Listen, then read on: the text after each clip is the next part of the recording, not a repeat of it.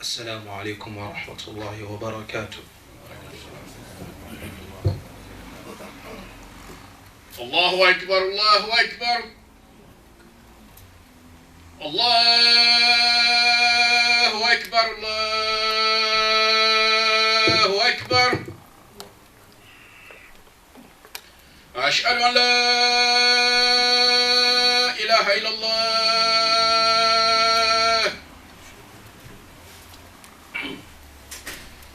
أشهد أن لا إله إلا الله.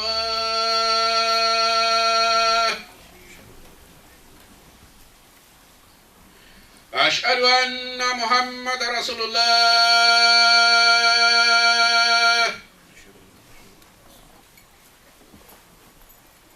أشهد أن محمد رسول الله.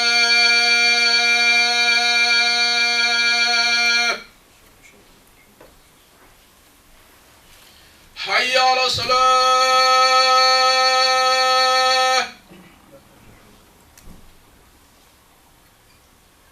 حي على الصلاة.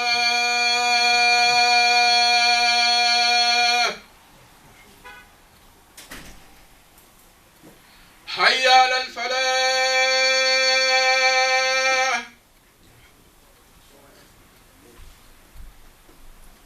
حي على الفلاح.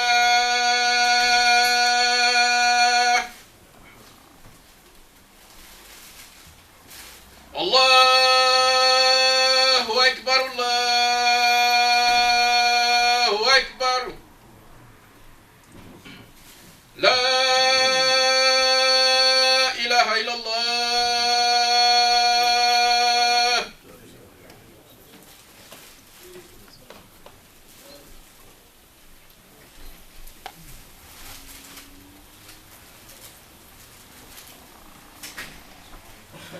أعوذ بالله من الشيطان الرجيم. بسم الله الرحمن الرحيم. الحمد لله الذي فضل الإسلام على سائر الأديان، وفضل أمة الإسلام على سائر الأمم، وفضل محمدا صلى الله عليه وآله وسلم على الخلق أجمعين. وأشهد أن لا إله إلا الله وحده لا شريك له، وأشهد أن محمدا صلى الله عليه وآله وسلم عبد الله ورسوله. إخواني في الله وأخواتي في الإسلام، أوصي نفسي وإياكم بتقوى الله عز وجل وبعدم عصيانه، فلقد قال لي ولكم: تلك الدار الآخرة نجعلها للذين لا يريدون علوا في الأرض ولا فسادا والعاقبة للمتقين. عباد الله، قد طلع علينا يوم عظيم ويوم مبارك، ألا وهو يوم جمعة. نسأل الله تبارك وتعالى أن يبارك لنا في هذا اليوم وأن يتقبل منها حسناتنا. إن الله تبارك وتعالى في محكم تنزيله قد أخبرنا بشيء مهم جدا في سورة الروم. قال: ومن آياته أن خلقكم من تراب ثم إذا أنتم بشر تنتشرون. ثم قال: ومن آياته خلق السماوات والأرض واختلاف ألسنتكم وألوانكم إن في ذلك لآيات للعالمين. Brothers and sisters in Islam, we thank the Almighty Allah for blessing us with such a wonderful day. We thank Him for His mercies that He's bestowed upon us. We bear witness that there is no deity worthy of worship except the Almighty Allah. We also bear witness that the Prophet Muhammad sallallahu alaihi wasallam is His servant and His messenger. Today is a Friday, which corresponds with the 18th of Rajab, 1441 years after the hijrah of the Prophet Muhammad sallallahu alaihi wasallam, which also corresponds with the 13th day of March 2020. The Almighty Allah, in His own mercies and wisdom, has given us another opportunity to be around for Jum'ah.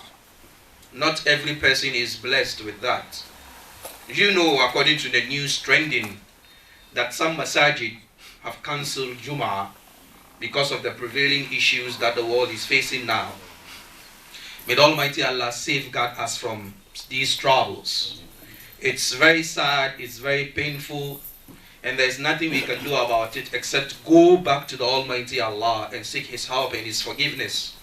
Because some of these things are trials and tribulations for the Almighty Allah to test our iman, to test our stance when it comes to the relationship we enjoy with the Almighty Allah. That notwithstanding, when we go to the community of the Prophet Muhammad sallallahu alaihi wasallam, you find Umar bin Khattab, a Qurayshi, sitting next to Bilal, my cousin from Africa. Next to him is Suhail al-Rumi, an European. Down the line you find Salman al-Farisi, a Persian.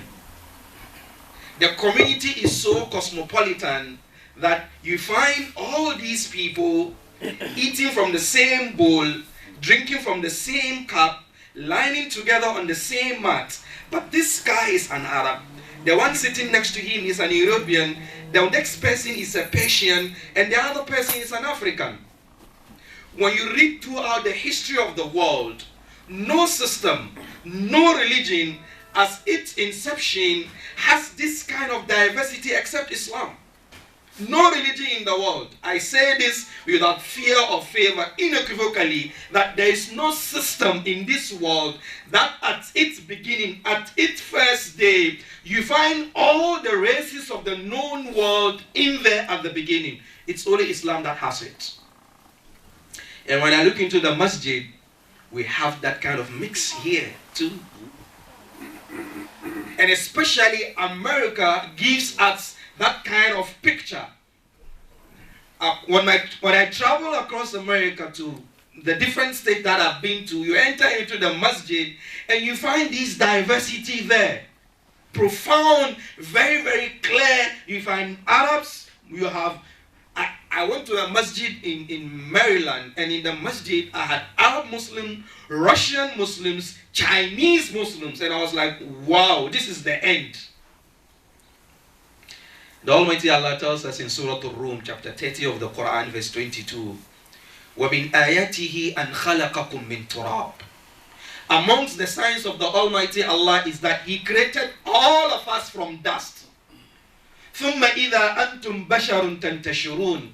Then from there on, He made us into human beings spread across the earth. Irrespective of where you're coming from, irrespective of your color, irrespective of your creed, irrespective of your political identity, irrespective of wherever you're coming from this world, so long as you are a human being, then you are created from dust. It is a very, very important point that as human beings we must appreciate and understand that all of us, whether you are a Muslim, whether you are a Christian, whether you are even an atheist, the Almighty Allah fashioned all of us from dust. And the most astonishing part is that when you go to Surah Al-Mu'minun, the Almighty Allah explains this in further. He says, وَلَقَدْ خَلَقْنَا الْإِنسَانَ مِنْ سُلَالَةٍ مِنْ طِينٍ. Verily we created man from dust. ثُمَّ جَعَلْنَاهُ نُطْفَةً فِي قَرَارٍ مَكِينٍ. And then we change him into a sperm drop. A sperm drop in a very tiny place. With all your power, with all your might, with all your arrogance, with all your pomposity, you were created from a sperm drop. With the kind of arrogance you have, you looking down upon other people, you casting aspersions against other people, you insulting other people, you talking rubbish to other people, you must understand one basic fact: you were created from a sperm drop. And this sperm drop, with all due respect to my elders here, when it touches your dress, you can't come to the masjid with it. You have to clean and wash it. And then you don't even want people to even see that sperm drop on your clothes. And that is your originality. That is where you're coming from. And another aspect of it is that it's so humbling that the very place where urine comes out, that is the same place where the sperm don't comes out. So why showing off? Why being arrogant? Why? Islam teaches us how to control our egos. Islam teaches us how to protect ourselves from showing off and raising ourselves beyond our standards. So this is where you are coming from. From the sperm drop, he fashioned you into a clot of blood.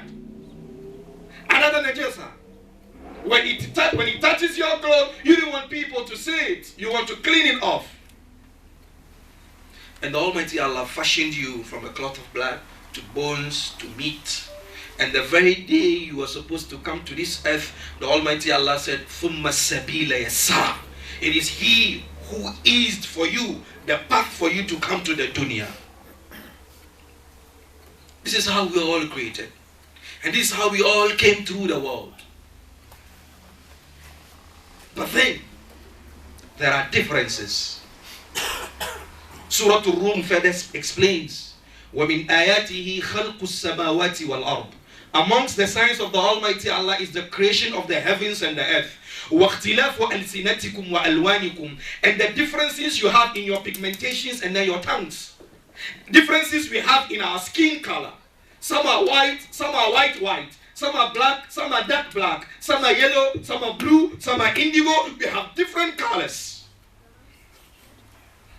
In spite of the differences we have in our colors, we all look alike. Nobody has two noses, and nobody has a nose behind his back, and nobody has a teeth on his forehead.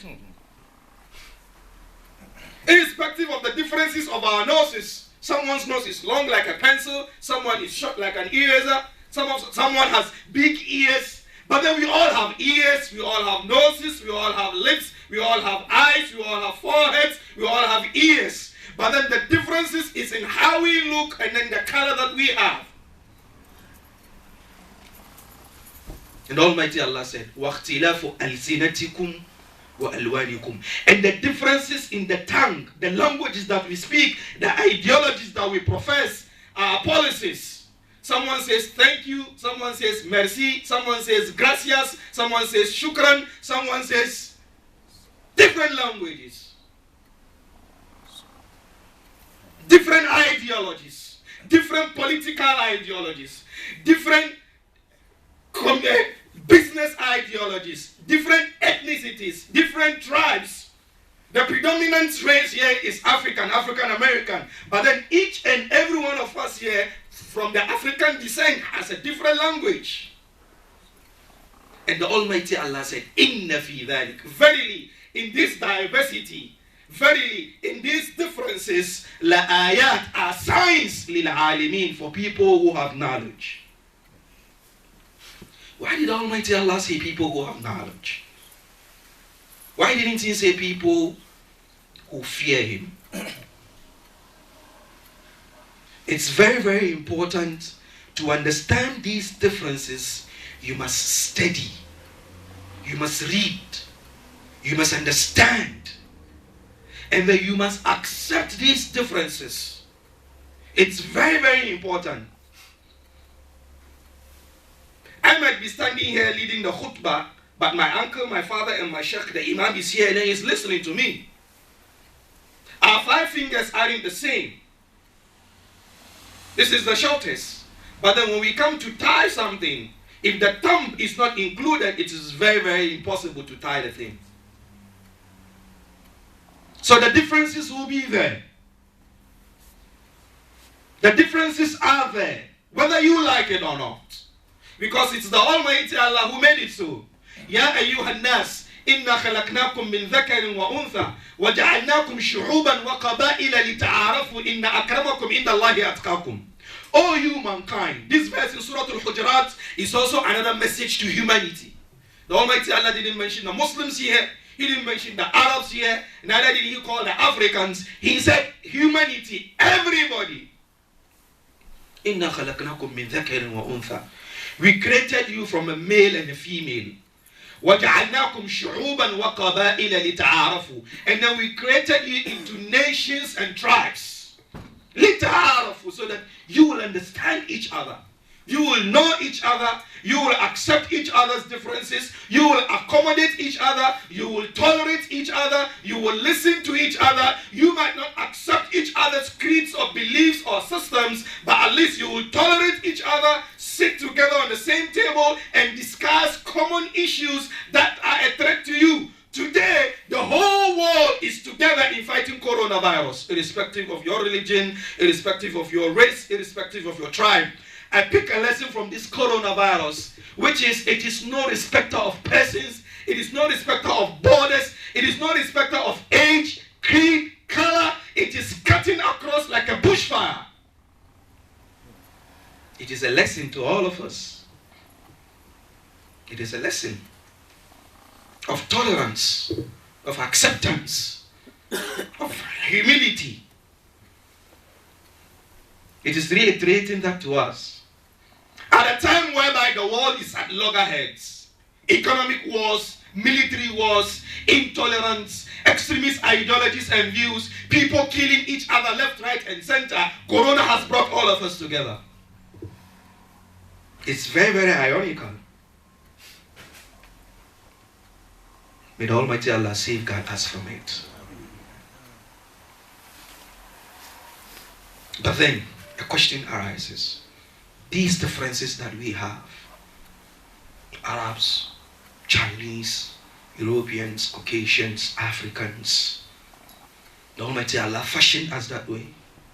Does it mean we should always fight? Doesn't mean we should always be at loggerheads. Does it mean it is a recipe for disaster? You look across the world and then painfully you find the most unstable places on the surface of the earth are all Muslim nations. Muslims killing Muslims in the name of Islam. A Muslim will scream Allahu Akbar and then blow up another Muslim who is also screaming Allahu Akbar. Which of the two Allahu Akbars is true? I shout Allahu Akbar and I kill you. Who is saying Allahu Akbar? Because of differences of opinion. Because of diversity. A Muslim says he's helping Islam by killing other Muslims. I can't get my head around it, seriously. It's like we are in a soccer match and then you kick your own teammate and take him out of the play and then say you are helping the team. That's what it means. And painfully, this is what is going on around the world.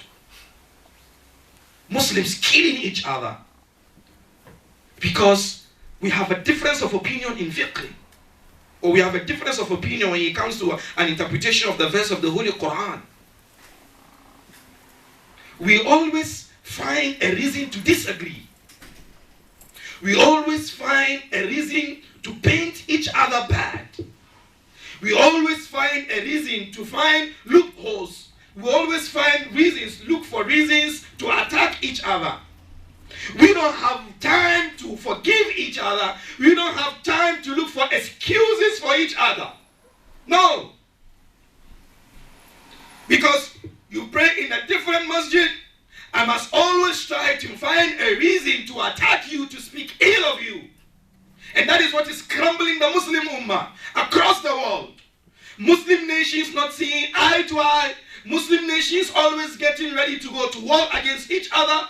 Muslim masajid always fighting each other. Why? Because someone says in Salah, hold your hand. Another person says, no, leave it. And then that says it's a point for disaster.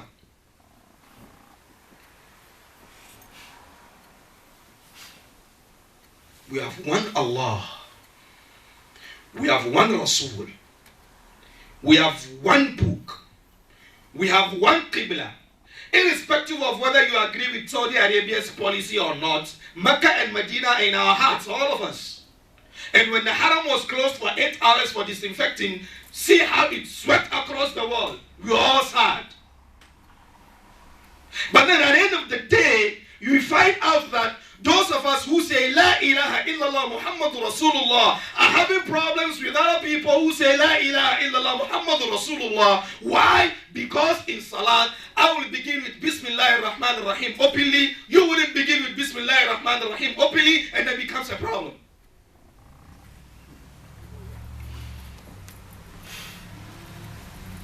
The Ummah is crying. The Ummah is bleeding. We need to use our energy for important things. We need to use our energy for developing the Muslim communities. We need to use our energy in raising the young generation, the next generation of Muslims. We need to use our energy to protect our sisters and our daughters. But then we are using that energy in fighting each other. It's sad. It's painful. We have a lot of verses in the Quran where the Almighty Allah admonishes us to stay together. وَاعْتَصِمُوا بِحَبْلِ اللَّهِ جَمِيعًا وَلَا تَفَرَّقُوا. All of you come to the rope of the Almighty Allah and then don't break up. Don't break your ranks. But that is what we are doing. We are always finding an excuse to break our ranks. We are ourselves. There is an old African proverb that says, if there's no enemy within, the enemy without can do us no harm. A young man came to the Prophet Muhammad sallallahu alaihi wasallam, and then he said, Ya Rasulullah, I have committed zina. Please cleanse me. The Prophet turned his cheek to the other side, and the young man came to the other side and he said, Ya Rasulullah, didn't you hear what I said? The Prophet said, maybe you just hugged her. He said, no, I didn't hug her. I did the real thing.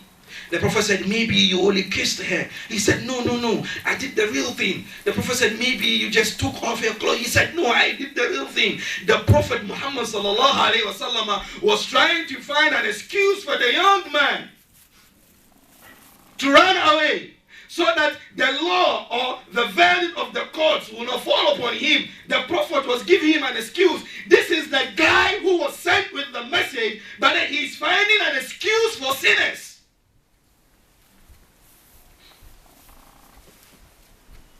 You and I, Jibril doesn't even know our homes. But then we become self-acclaimed judges, sending people to Jahannam anyhow we want. You know, it's sad when I find young students of knowledge like myself look up to Imam Sangare, people who have spent 50, 60 years of their lives doing da'wah. Because they make one mistake, young people like myself will look at them and then you say, kafir. And that's the problem we are facing across the world. It's even here in America. You find young students of knowledge in their 20s, in their 30s, they look at sheikhs who are in their 70s and 80s and then say, these people, du'atun ala abwabin nar. These are scholars who lead people to hellfire. People sit down and then they write names of scholars, 100 scholars, and they say, don't listen to this sheikh, don't listen to this sheikh, don't listen to this sheikh, don't listen to this sheikh, don't listen to this sheikh. Why? Because he is a kafir, he is a mubtadi. Because the sheikh made one mistake. And the sheikhs are human beings. A few weeks ago, I think a week or two ago, one of the foremost philosophers of the Muslim world, Dr. Muhammad Ammar, is an Egyptian. One of, the brains of the Muslim world in the 20th and the 21st century. He died some few weeks ago. And condolences were pouring on social media. And one guy sent a message and he said, why are you people praying for this kafir?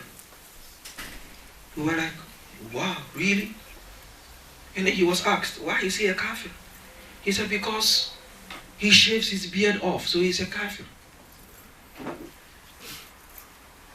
So we shouldn't pray for him. And the guys were like, so all the good deeds of this man that he spent all his years doing dawah, writing books. In my master's degree, in my thesis, I used 3 of his books. And you'll find the kind of brains this man has in the way he puts across, arguments for Islam. And then young boys like myself, who are still breastfeeding when it comes to Islamic knowledge, look at these old men who have lost their teeth in Islam, telling them they are kafir.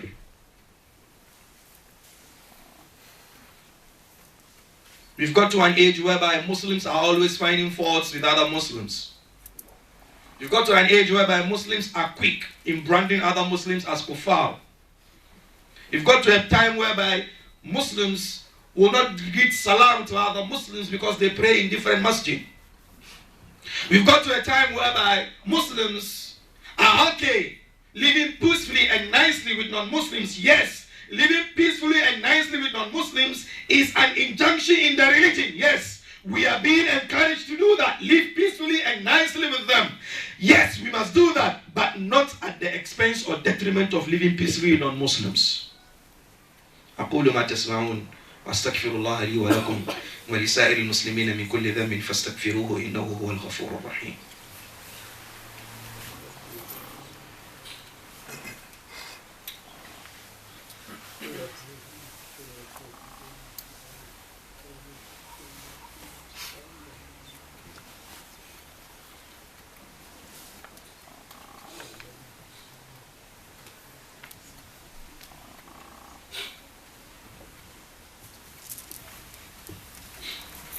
إن الحمد لله نحمده ونستعينه ونستغفره ونستهديه ونتوب إليه ونعوذ بالله من شرور أنفسنا ومن سيئات أعمالنا من يهده الله فلا مضل له ومن يضلل فلن تجد له وليا مرشدا وأشهد أن لا إله إلا الله وحده لا شريك له وأشهد أن محمدا صلى الله عليه وآله وسلم عبد الله ورسوله.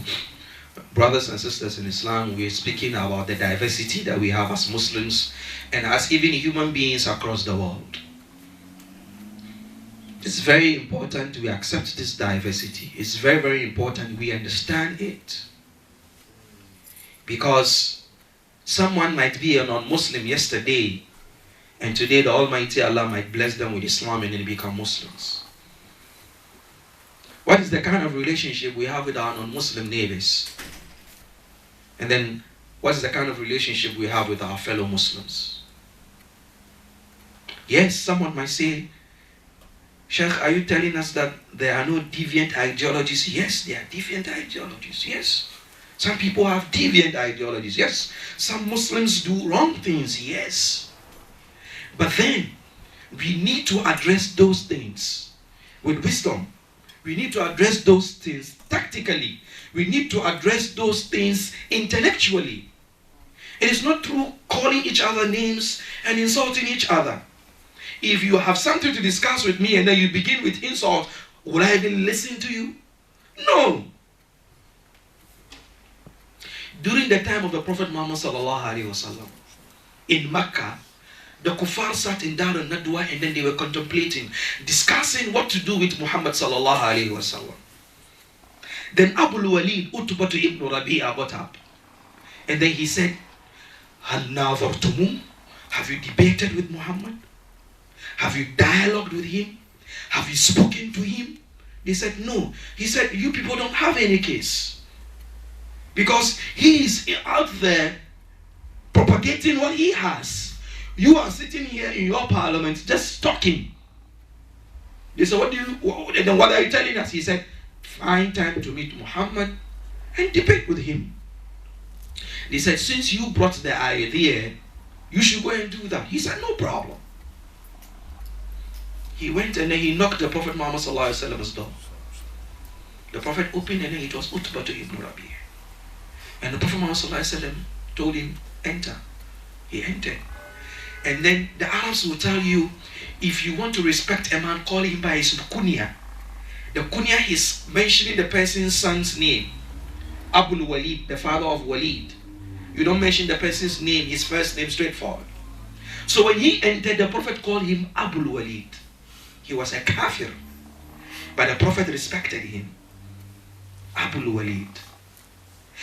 The story or the lesson we pick here is, if you are calling someone to an ideology, you need to respect the person's mind. You need to give utmost respect for the person. He told him, Abu Walid. The man entered and he told him, Ma khatbuk, what do you have for me? Abu Walid said, Ya Muhammad, we know you to be a good boy, but of late you've changed. You've split our ranks up.